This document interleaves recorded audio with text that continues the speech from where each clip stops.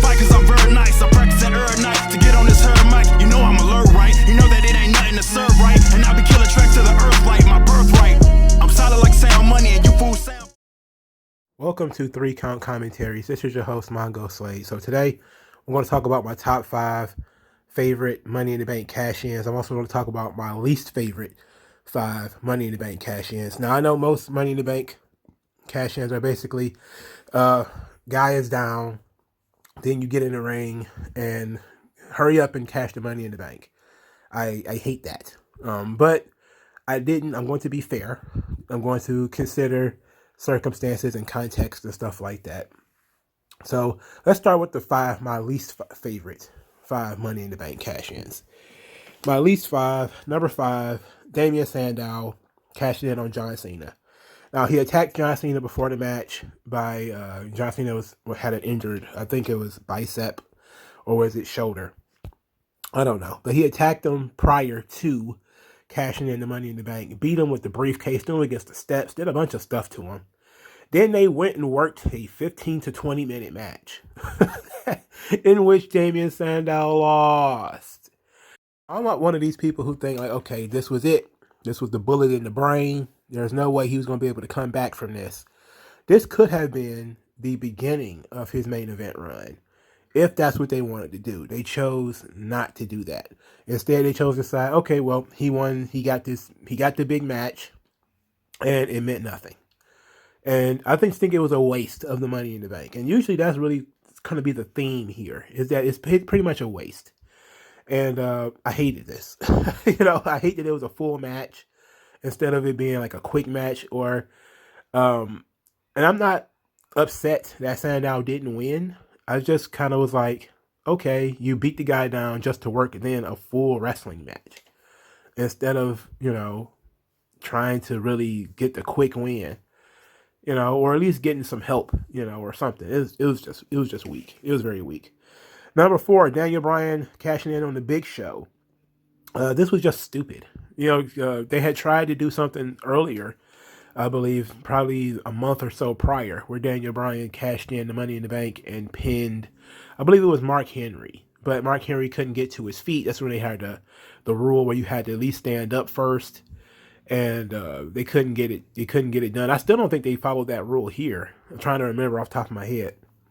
But I do remember Mark Henry beating the Big Show with a chair. And because they just had their chairs match. And that's what makes it on the list.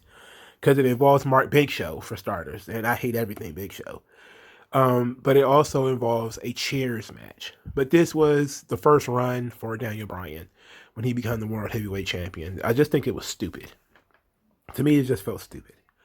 The next, number 3, John Cena cashing in on CM Punk at Raw 1000. He gave CM Punk prior notice, which I always love. But the match ended in a disqualification. The match ended in a disqualification. So you completely shit all over the Money in the Bank by having the match end in a disqualification. This was just absolutely stupid. Because the Big Show interfered. That's why it was a disqualification for people who don't remember. This sucked. Okay, this was absolute trash. You have a Money in the Bank match that ends in a disqualification. To be quite honest, bro, after writing this down, this should be number 2 or number 1.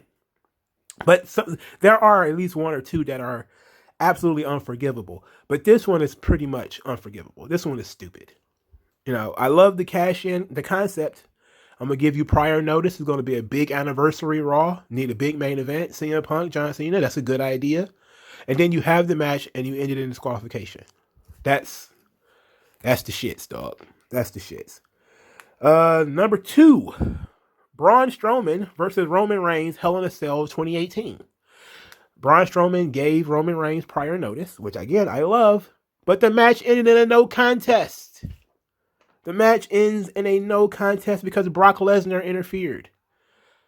So you had a Hell in a Cell match that ended in a no contest because somebody interfered in the match and neither opponent could continue. It's stupid. It's unforgivably fucking dumb. This is worse than Cena and Punk, because at least Cena and Punk, it was a normal match, so normal match rules apply. Countouts, disqualifications, different things like that. CM Punk could have hit him in the nuts. It still would have been dumb. I still wouldn't put it on the list, but normal match rules apply. This is a Hell in a Cell match. This match should be, somebody has to pin somebody has to submit. These Hell in a Cell matches that end in no countout, no contest, or because the Fiend couldn't respond to a 10 count or something stupid like that, defeats the purpose of the Hell in a Cell match and absolutely wastes this whole thing. And the Money in the Bank was mixed up in this nonsense. This was a waste. This was an abortion. It was an absolute abortion. This was the shits. I'm sorry that Braun Strowman shouldn't even had the Money in the Bank, but he did. This was the shits.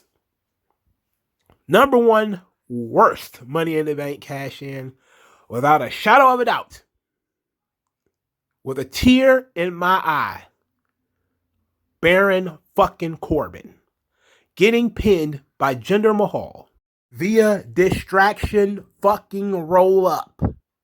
Distraction roll up.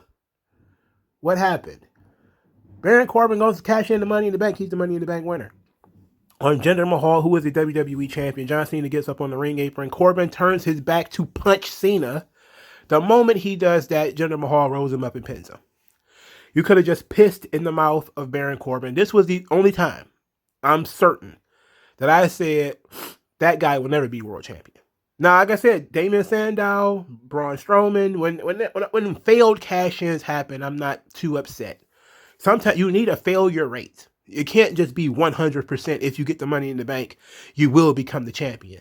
That cannot be the case. This can't be the case with the Royal Rumble either. You need somebody to just have that momentum, and you need to have a champion that can beat that back. But in this particular instance, where you had a dude get rolled up and he lost the Money in the Bank, it tells you that the Money in the Bank existed in this particular point in time only to further Cena's feud with Corbin. That's it. It really had no purpose. There was no thought putting into Baron Corbin being the world champion at all. It was all about, well, we're going to have Cena cost you the world title, and that's going to be the heat for your feud. That's the shits. What year was this? 2017. This was the shits. This was the shits. This is the worst. Now, is it as bad as a no contest? No. But distraction roll up? Nah, man. Because at least in those other situations, the guy got to continue. Well, not Sandow, but Strowman stayed in the title picture for a little while. Eventually winning the Universal title. In this situation, Baron Corbin, this was it. Just like Damien Sandow, this was it. This was his chance. He had no opportunities after this. So this was a horrible decision. It was a horrible decision. And this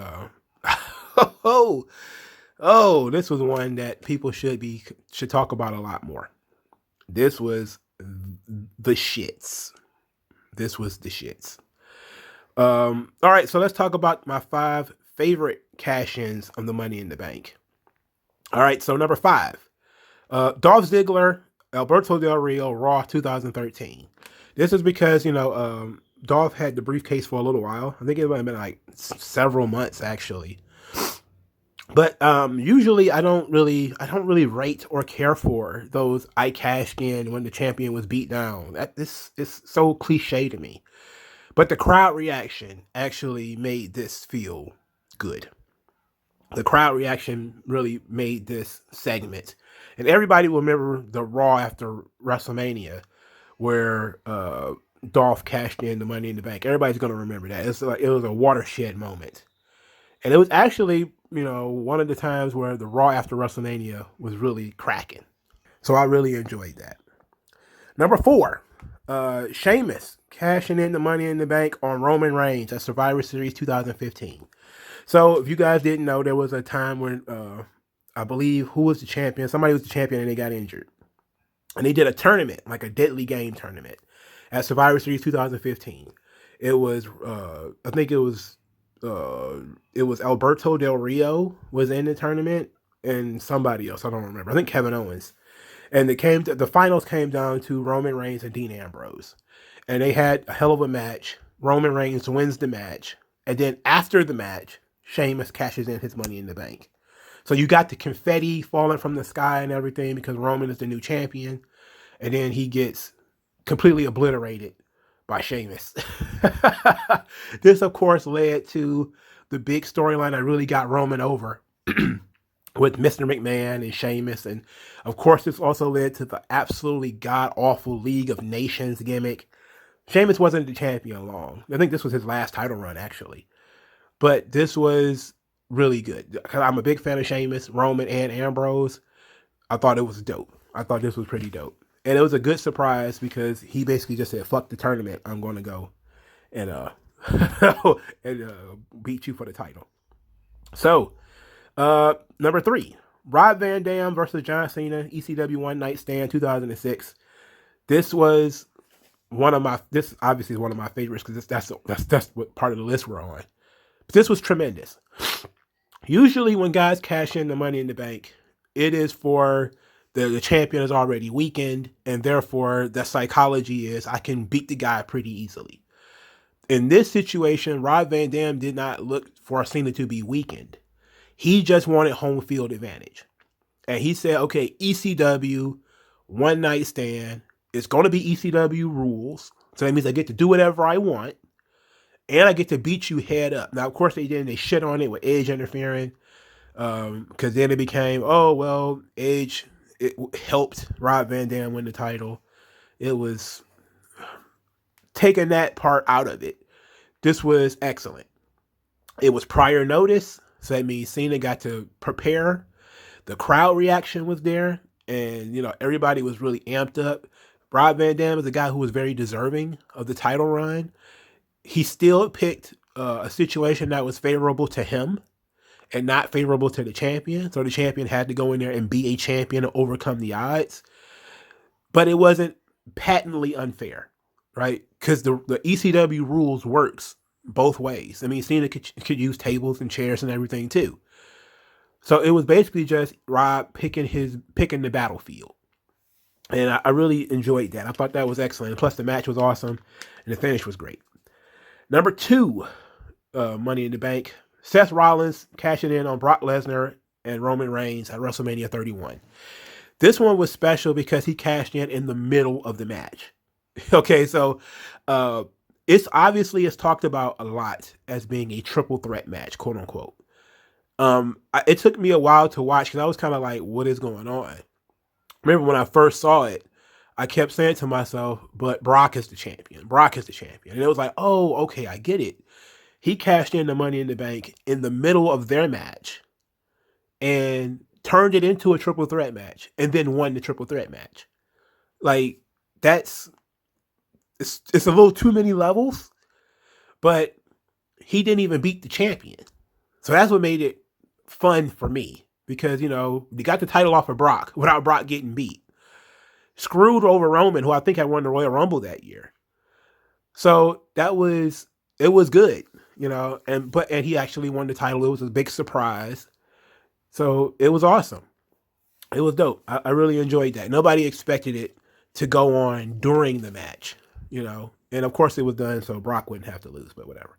And number 1 it's obvious, the first time, the original Edge cashing in the Money in the Bank over John Cena, New Year's Revolution 2006. A phenomenal cash in. It was the standard bearer. It led to everybody trying to copy it afterwards. But I prefer when the Money in the Bank is used to the unique strengths of the character. Braun Strowman cashing in the Money in the Bank at a Hell in a Cell match. That's to his strengths. He's a monster. He's a human. He's a big man. Why would he not cash in a match where he has the advantage? Why wouldn't Rob Van Dam cash in a match where he has the advantage? It's, those types of things I can enjoy, but of course they tried to make the Money in the Bank very boring by every time, the champion is beat down, somebody comes running out there and with the briefcase. And to me, that's boring. I like when you do different situational character-based things that are within the character to do. Even Damian Sandow, when he cashed in his money in the bank, he beat John Cena down first. Beat him with the briefcase, threw him all across the arena and shit, and then cashed in the briefcase. I just felt like it was the shits because he lost, and it was on an episode of Raw. Like, I think it was the opening segment too, so it wasn't like much thought wasn't put into it. It wasn't. It just wasn't good. But this is my favorite top 5, least favorite 5 Money in the Bank cash-ins. What do you guys think? What are some of your favorite cash-ins? Let me know in the comment section below. Like this video, share this video, subscribe to the channel, donate to the channel via Subscribe Star, or you want to buy me lunch, you could do so via the tip jar. And I'll talk to you guys later, man. Peace. Tell me what's worse than learning all that you led to believe was all horse crap. They distort, so question as if you